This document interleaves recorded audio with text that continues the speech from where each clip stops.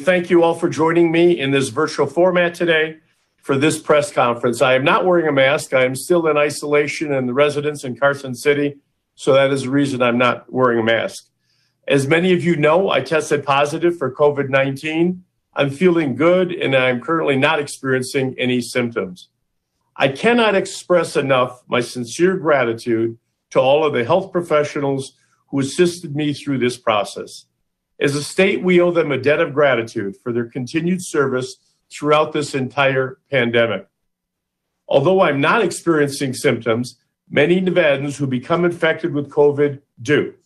My heart goes out to all those who are sick with this virus currently, and especially to the families of the more than 2,000 Nevadans who have died from COVID-19. Not a day goes by where I don't think about these families and their grief. They are constantly in my prayers. As all of you are aware of the escalating COVID-19 cases in our nation and in our state, almost 2 weeks ago, I asked that we step up our efforts to mitigate the spread of this dangerous and highly contagious virus. I've been in constant contact with our health professionals, economic experts, our vaccination preparation team, and many others to assist our current surge and possible next steps. As of today, 13 of our 17 counties are flagged for elevated risk of transmission. In the beginning of October, only 2 counties were flagged. Our state positivity rate is at a record 16.5%, and as I've mentioned, we have surpassed 2,000 deaths. Just recently, we experienced a record number of daily cases, 2,416 in just one day. Our previous record was 1,639 in July. Today, we once again had over 2,000 cases reported, 817 in Washoe County alone, greatly exceeding their previous record. Our case rate growth is at a wildfire level, even outpacing neighboring states such as Arizona.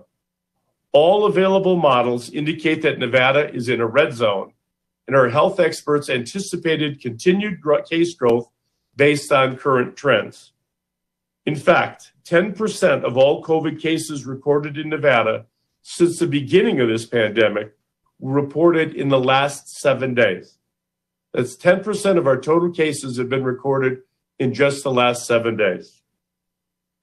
Every minute, a Nevadan is diagnosed with COVID-19. Our hospitals are experiencing record numbers.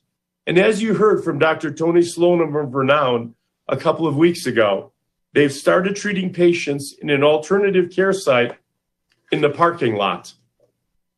Some of our hospitals are experiencing staffing shortages because they have become infected or their family members have been diagnosed with COVID and workers are in quarantine. Due to massive increase in community spread, we are experiencing significant outbreaks in our institutional settings, including our correction facilities. Our public health infrastructure, from our hospitals to our state health response, is quickly becoming overwhelmed. And from the start, I've made clear that in addition to saving lives, one of the main goals of our response is to protect our public health system and our hospitals from being overwhelmed. Let me explain this quickly. Whether you believe in the science of COVID or not, the reality is this. It's simple. COVID is filling up our hospital beds, and that threatens all Nevadans.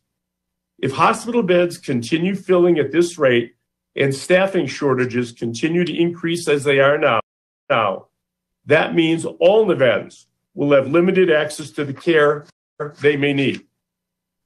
It's not just for COVID. If you get in a car accident or have a heart attack or break a wrist, you won't be able to access care if our hospitals are full and there isn't enough staff. This is our biggest threat. You saw it in New York. You can see it now in El Paso. This cannot become our reality. There is a consensus on one inescapable conclusion. We are in a rapid trajectory that threatens to overwhelm our healthcare system, our frontline health workers, and your access to care. so it's time to act. From the start of the pandemic, there aren't any decisions that don't have negative consequences.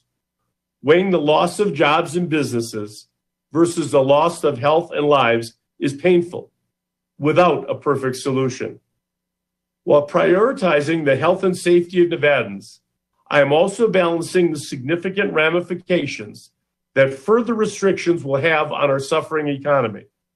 No state struggles with this more than Nevada, due to the lack of diversity in our economy. I've mentioned this High Wire Act before, this Great Balancing Act, and it feels like we've been living in this no-win situation for nearly 9 months now.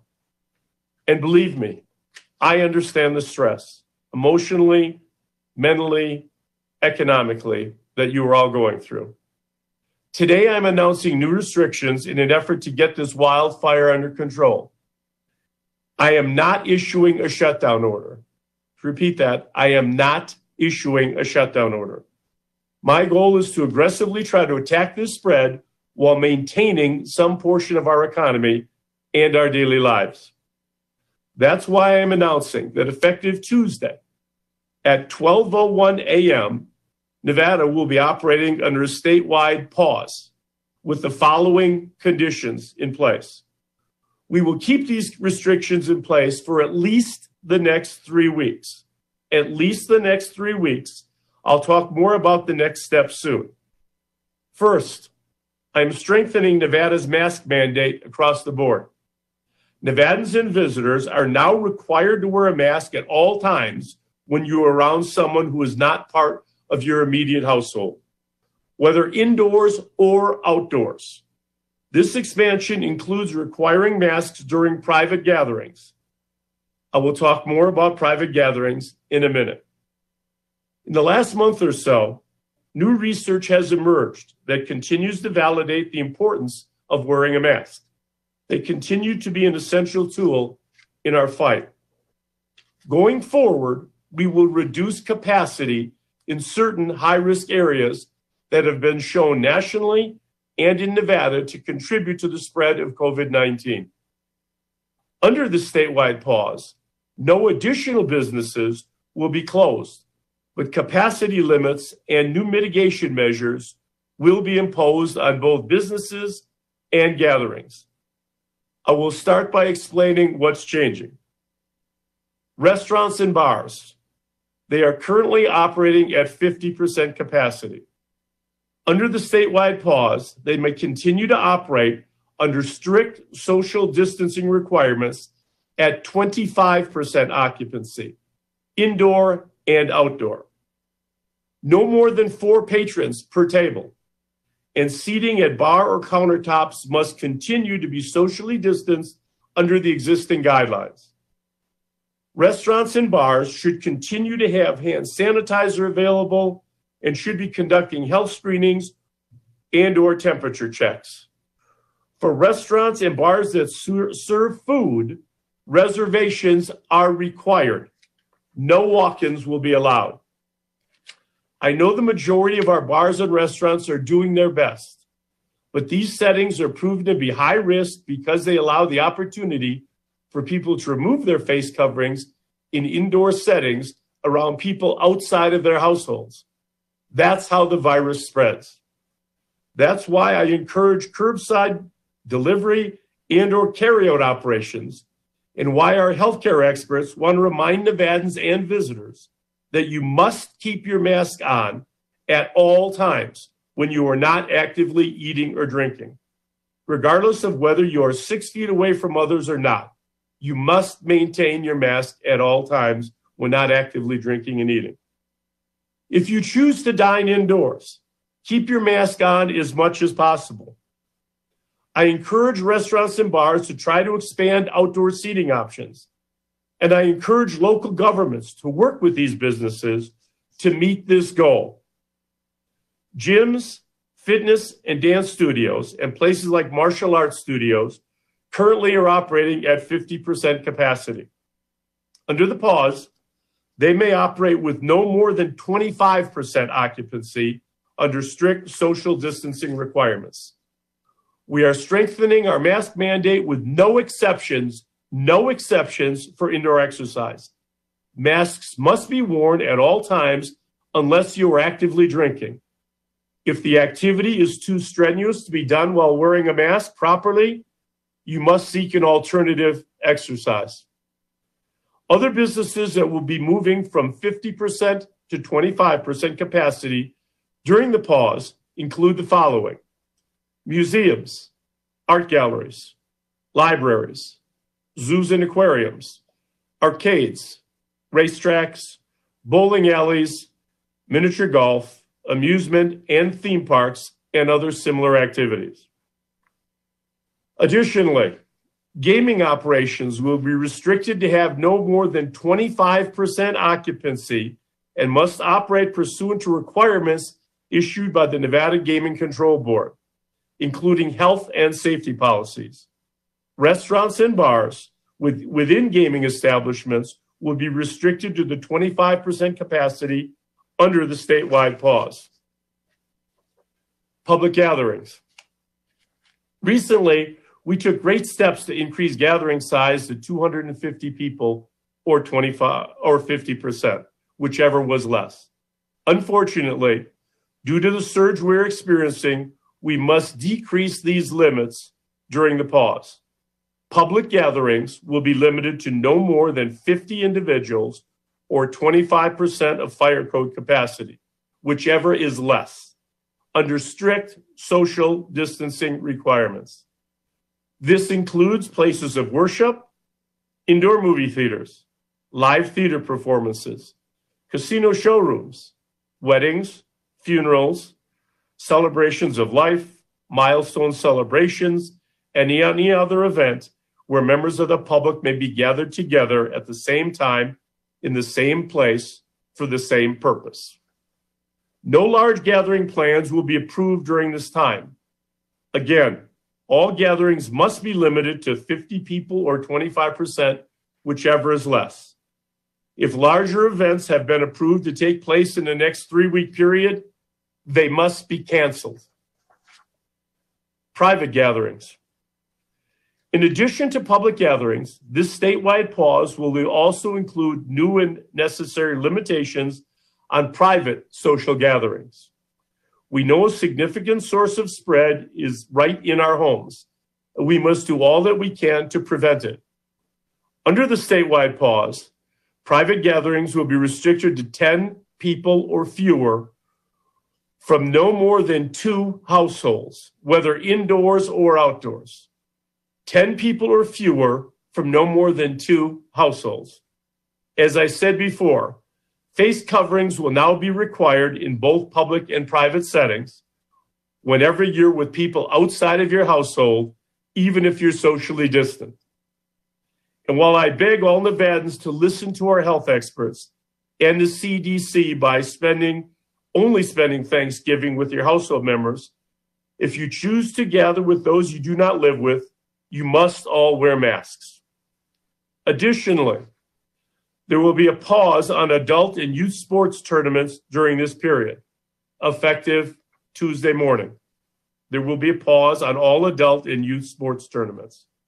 Retail establishments, including malls, will not have to change their capacity during the statewide pause and can continue operating at 50%. Retail grocery stores retail and grocery stores with over 50,000 square foot capacity will now be required to have employees at all public entrances counting patrons to assure compliance with capacity limits. Again, I want to strongly encourage and promote online ordering, curbside delivery, and/or carryout options. As a reminder, every business venue and gathering space is required to post capacity limits under COVID-19 directives at all public entrances. You can find downloadable capacity signs on the NV Health Response website. Now, what won't change under this statewide pause? Brothels, adult entertainment establishments, day clubs, and nightclubs will remain closed. Again, retail establishments will not have to change their capacity limit of 50% but some will have new mitigation requirements in place. Additionally, the following businesses can continue operating under the current standards and will not have to adhere to new restrictions under the statewide pause: hair salons, barbershops, nail salons, and businesses that provide aesthetic skin services, spas, massage therapy and massage establishments, body art or piercing establishments. Finally, community and recreational centers will continue to operate at 50% capacity, understanding that they provide critical childcare services during this time of need. I want to be clear that the new public gathering limits do not apply to our school districts in Nevada. And I want to take a few minutes to talk about schools now. The very first emergency directive I issued after declaring a state of emergency back in March was to temporarily close schools. At that time, none of us could have imagined that we would have some children in our state who had not set foot in a school building for more than 8 months. Since I made the difficult decision to close schools and their buildings, we have seen our infection rates and risk factors increase and decrease in response to actions taken. That includes actions that government has taken in regards to testing, to issuing stay-at-home orders, closures, and the gradual reopening of our economy.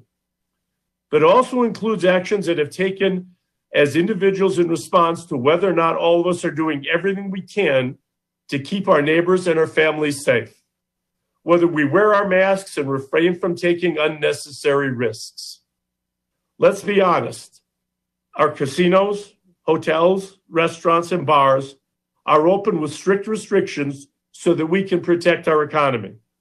Meanwhile, the majority of our school buildings across our state are closed, and our kids are suffering as a result.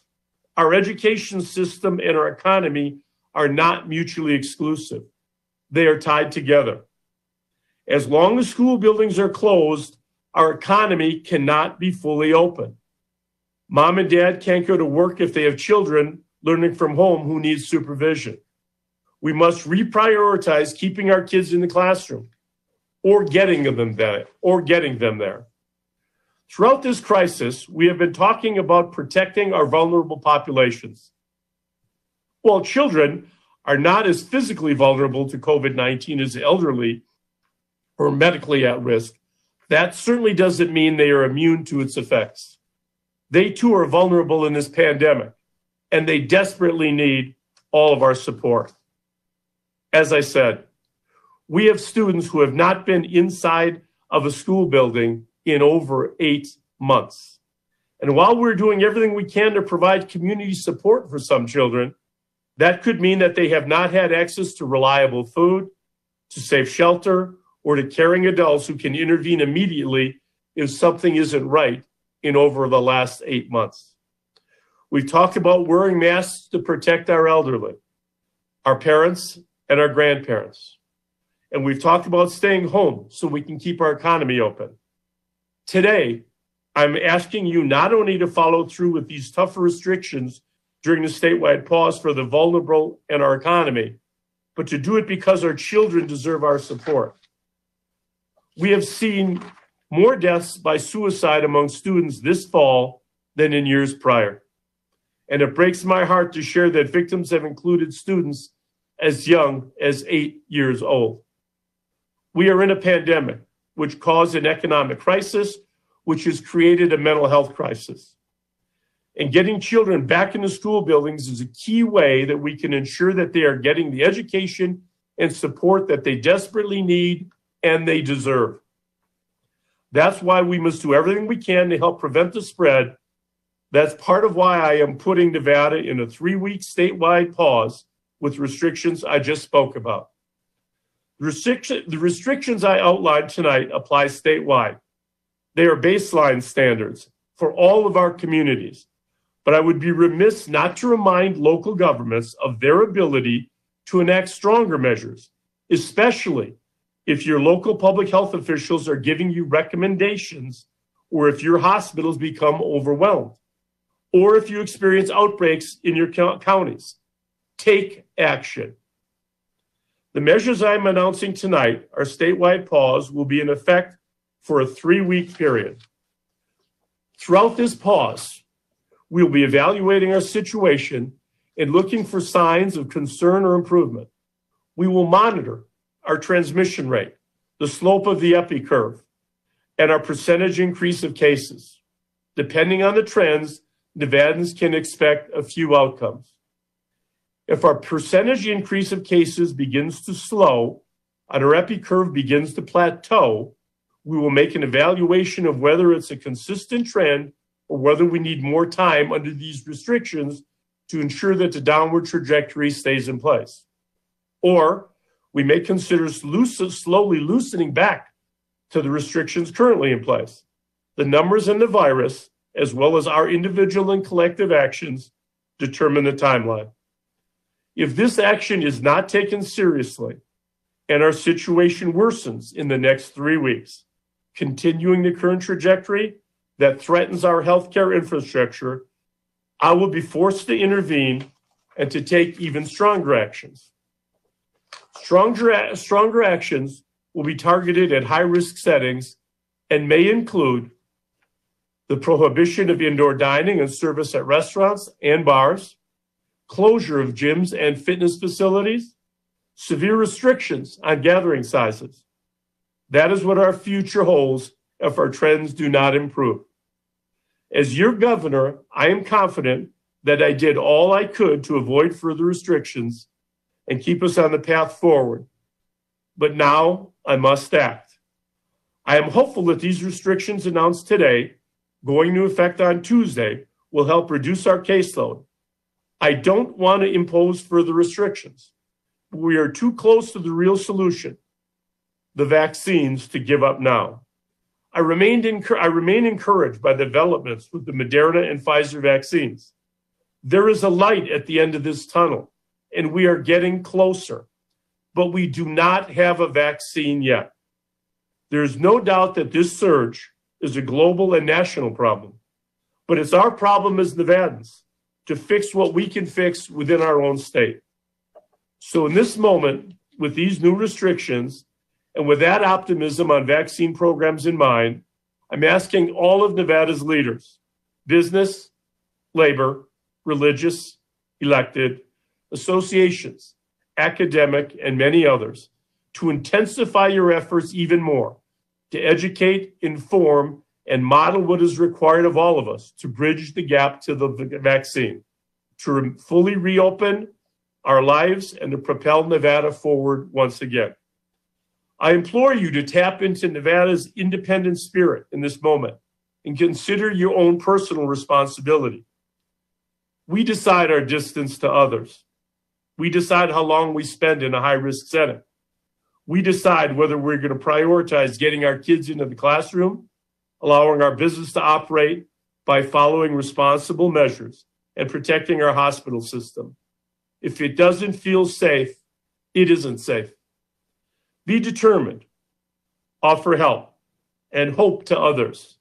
Believe in our future and know we are closer to the end than to the beginning of this terrible pandemic. Thank you. I appreciate your indulgence, and I will now take some questions. I believe my staff is on the Zoom to facilitate this process. Thank you, Governor Sisolak, and thank you, everyone, for joining us. So we do have some hand raised. This is Meghin Delaney, Governor Sisolak's comms director. So I'll be calling on the folks with the hand raised, and then if you could, I think you can unmute yourselves if you're on a computer using the button. If you're on a phone, you might need to dial *6. We'll go first to Vanessa Murphy. I see your hand raised. Vanessa Murphy, Channel 8. If you could try to unmute yourself, and then you can ask the governor your question. Thank you for taking my question. Governor Sisolak, how do you plan on enforcing, for example, limitations on private gatherings and also this stronger mask mandate you're referring to? Well, we are certainly not the mask police, but I have done everything I could to help spread this virus. It's now incumbent upon all of us as residents of Nevada to do our part. I hope that people understand the science that we're dealing with, the medical and healthcare realities that we are dealing with, and that they will comply with the directives that are in place. Thank you for your question, Vanessa. We'll go next to Megan Messerly of the Nevada Independent. Hi, Governor. Thanks for doing this. I know some businesses, especially some restaurants, have previously said that they just can't make ends meet at 25% capacity and are going to have to shut their doors. They just can't run a business with the overhead. So why limit those businesses to 25% capacity and not have them close completely? Well, a lot of these businesses, I think, can operate at 25%. And with the curbside delivery and with the takeout joined in there, it's our hope that with the PETS money that we gave out recently, we're doing everything we can to help our small businesses. This is a 3-week pause, and we're hopeful that the community will support the businesses through other methods, be that delivery or takeout, but the capacity will be 25%. It's up to them to decide if they want to open at 25%. Thank you for the question. I think I passed the host back over to Randy because I'm not good at the Zoom, but we'll do next question from Bill Dentzer of the RJ. Bill? Thanks, Meg. Hi, Governor. My question was about whether in formulating these new restrictions, you spoke and engaged with the counties and their health facility, their health organizations to coordinate. Again, this kind of goes to the enforcement question, how they will carry out the mandates. I mean, did you have interaction? Did the state have interaction with the counties? And are they aware of what's coming? And are they supportive of it? Well, we did have interactions with all of our partners, be those the counties and the cities in the different jurisdictions through the COVID task force and other phone calls. It is my hope, and they always have the option to make stricter restrictions. Unfortunately, that has not happened to date, and the time has come that I had to take a stand. I had to implement stronger restrictions. Washoe is breaking records on a daily basis. I have to do something. And that is the reason that this was done in consultation with all of the various groups, our health professionals, our business professionals, our community partners, and I'm confident that this is the right thing to do for our state.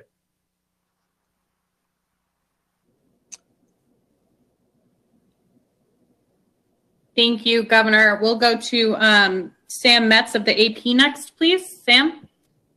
Hi, Governor. Thanks for taking my question, and I'm glad you sound a little better. Are you glad you have the ability to implement such complex and pinpointed restrictions, or do you wish there were more uniform national standards for the pandemic? I certainly wish there was a more unified national standard. We could have been much better off from the beginning had we implemented mask mandates and social distancing and those sort of things. Unfortunately, the task force, the COVID task force and the administration did not choose that avenue, and governors were left to deal with it on their own. And I talked to my gubernatorial colleagues on a regular basis. Different states are handling it different ways, and Nevada is different than some states. We have basically in Southern Nevada, a one industry town that we have to try to balance the benefits of opening up and protecting our health. And I'm confident that we made the right choice by limiting it in this manner.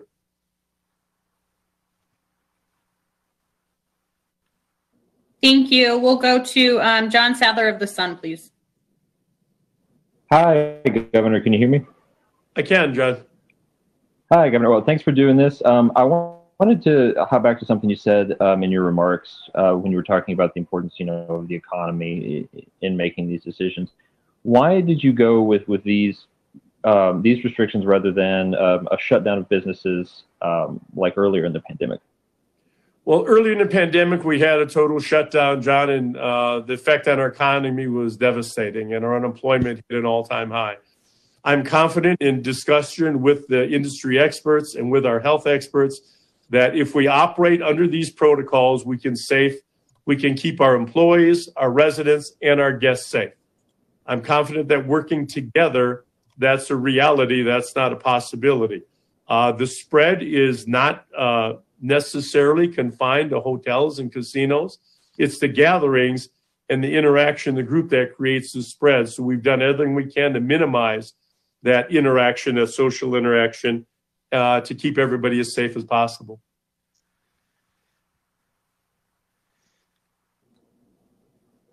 Thank you, Governor. We'll do the next question with Madison McKay. Madison, please. Hi, Governor Sisolak. Thank you so much for taking the time. Will you encourage or talk to county commissions and local governments to enact tighter restrictions that are more specifically targeted to those areas, for example, indoor dining in certain counties? Well, for months now, we have given the local jurisdictions that flexibility, that authority to institute tighter restrictions. Unfortunately, until now, they have not done that. And the time has come, with the cases rising as quickly as they are, that something had to be done. So I stepped up and we're implementing these restrictions. If counties choose to go further, I support them in that decision. We will be in constant communication and contact with them and provide any support that's necessary. But ultimately, they will have the final jurisdiction in their area. They can make restrictions more restrictive, but not less restrictive. And that'll be left up to them on an individual case-by-case, county-by-county basis. Thank you, Governor. We'll go to Howard Stutz for the next question. Howard, if you could try to unmute yourself and ask your. Hey, Howard. There I am. How are you doing, Governor? Good. Hope you're better. I am. Thank you. How do you enforce the 25% limit on casinos, on the strip casinos, especially coming up with Thanksgiving holiday? And I'm not sure what the visitation numbers are yet for that, but how do you go about enforcing that?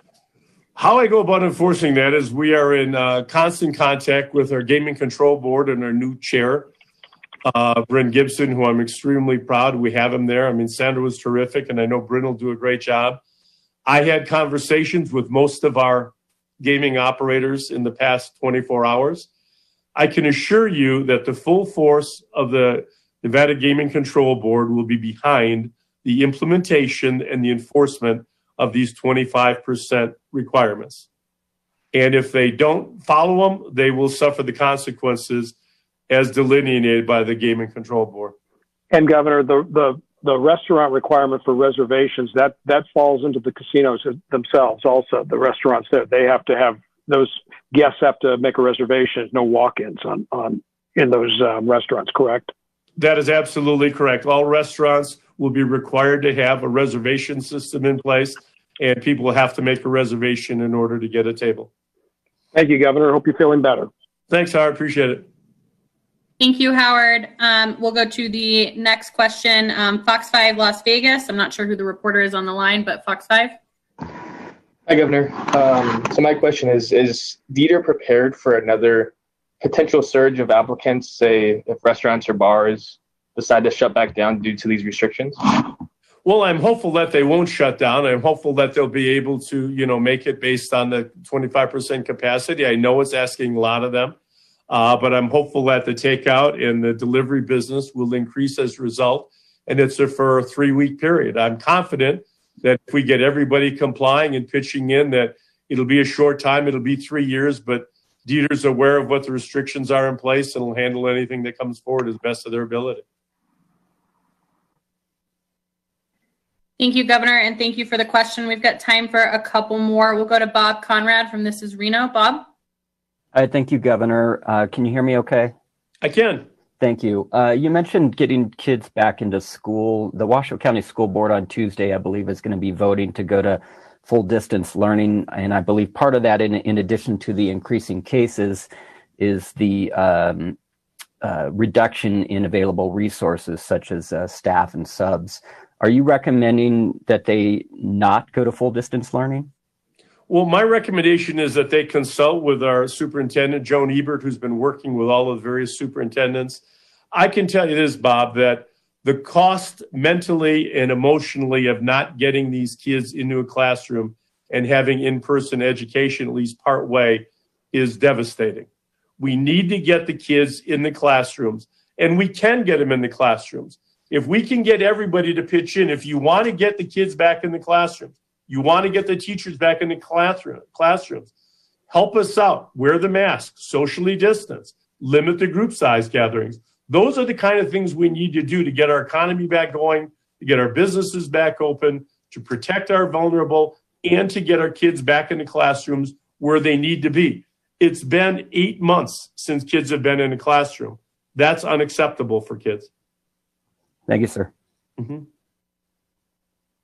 Thank you, Governor. I think we'll take one last question from Andrew Davey, and then we'll be able to wrap it up here, Governor. Okay. Yes. Hello, Governor. To follow up on some earlier questions, how do you feel the federal government's response thus far has helped or hampered your efforts and the efforts of our local public health authorities to contain COVID-19? Well, the lack of a national plan has been devastating to all of the states. And all of the governors have basically been left on their own to deal with this situation, to procure PPE, to come up with a policy, to come up with restrictions as it relates to healthcare. Or if something as simple as the encouraging of wearing of a mask would have happened nationally months ago, we would be in a lot better position than we are right now. But we're not. I mean, the reality is we're not in that position. And I'm hopeful that a new policy will come forward in the distribution and the use of the vaccinations, the vaccines that are going to be made available, so that we can get them distributed in a fair